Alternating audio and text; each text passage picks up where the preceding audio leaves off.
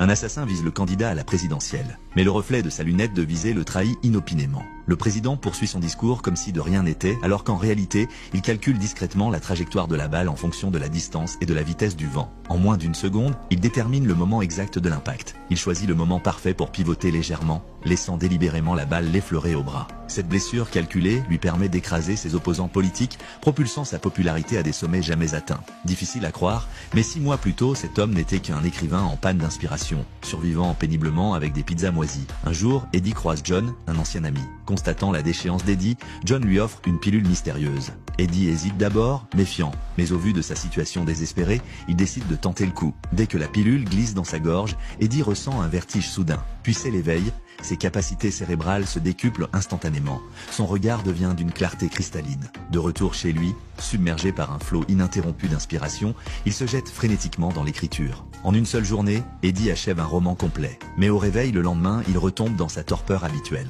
Heureusement, son manuscrit attire l'attention de plusieurs maisons d'édition qui se disputent les droits. Eddie mesure alors le pouvoir extraordinaire de cette pilule. Il retourne voir John. Lors de leur rencontre, John apparaît le visage tuméfié et se montre soudain évasif concernant les pilules. Comprenant les intentions d'Eddie, John l'envoie d'abord récupérer un costume au pressing. Eddie accepte volontiers, prêt à tout pour obtenir d'autres pilules. Mais à son retour du pressing, il trouve la porte entrouverte et un silence inquiétant règne dans l'appartement. En entrant, Eddie découvre un chaos total.